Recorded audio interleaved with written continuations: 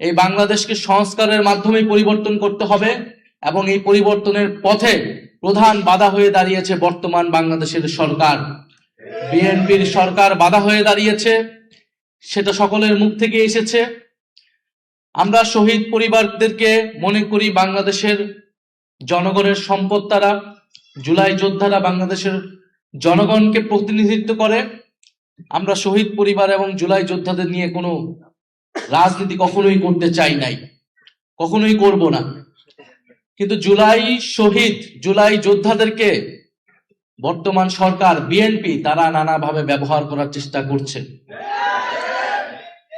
আমরা শুধু একটা কথাই বলেছি যে আমাদের দাবির সাথে আপনারা ঐক্যমত হলে আমাদেরকে সমর্থন দিন।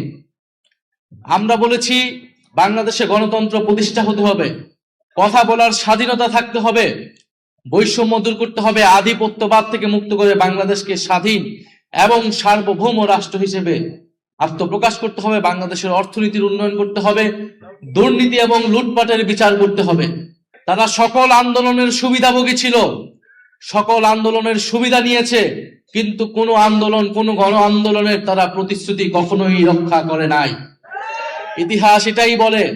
আজকে এখানে আমার থেকে অভিজ্ঞ লোকেরা আছেন যারা 91-এর পার্লামেন্ট দেখেছে, যারা 90-এর গণ আন্দোলন দেখেছেন, অংশগ্রহণ করেছেন।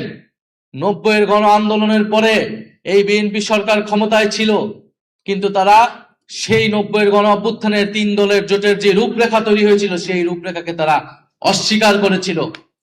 তারা এখন জুলাই সনদের কথা বলছে যে জুলাই সনদ তারা অক্ষরে অক্ষরে পালন করবে, কিন্তু এই জুলাই সনদকে তারাই কলুষিত করেছে।